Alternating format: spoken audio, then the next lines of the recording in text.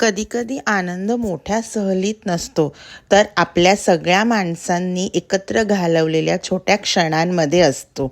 यावेळीची आमची form house trip अचानक ठरलेली नव्हती.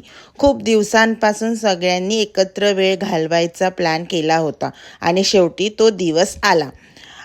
सासू सासरे, दीर, जाऊ, मुलं सगळे एकत्र आलो. मुलांचा गोंधळ, मोठ्यांच्या गप्पा आणि घरभरच हसणं, खरचणं अशा क्षणांसाठीच तर आपण वर्षभर वाट बघत असतो, नाही का?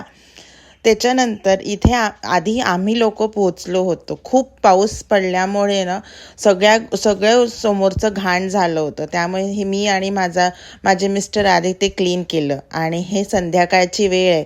सासू सासरे वगैरे सगळे येण्याची तयारी झाली होती. तर मी इथे चहा बनवत होती आणि माझे पतिदेव इथे कांदा भजीची तयारी करत होते. नवरोबासोबत एकत्र काम करायला एक वेगळीच मजा असते, नाही का? तुम्ही पण कधी एकत्र काम करता का तुमच्या मिस्टरांसोबत? नक्की सांगा. आणि इथे बघा, माझी सगळी फॅमिली आली. सासू सासरे, दीर आणि आम्ही इथे सगळे मिळून संध्याकाळी स्वयंपाकाची तयारी करत होतो.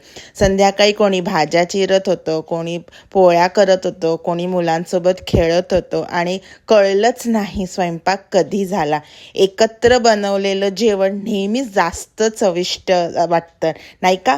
कारण त्यात जेवणामध्ये प्रेमाची चव असते. तर इथे बघा, सगळेजण मिळून काही ना काही काम करत होते आणि काम संपतच नव्हतं. आजकाल सगळे आपल्या कामात इतके व्यस्त असतो की एकत्र बसून मनसोक्त गप्पा मारायलाही वेळ मिळत नाही. म्हणून असे छोटे छोटे फॅमिली गेट अवेज फक्त आठवणी नाही, तर नाती जपण्याचा एक सुंदर मार्ग असतात. तुम्हाला अशा फॅमिली ट्रिप्स आवडतात का? तुमची सर्वात सुंदर आठवण कमेंटमध्ये नक्की सांगा. मला वाचायला खूप आवडेल. थँक्यू.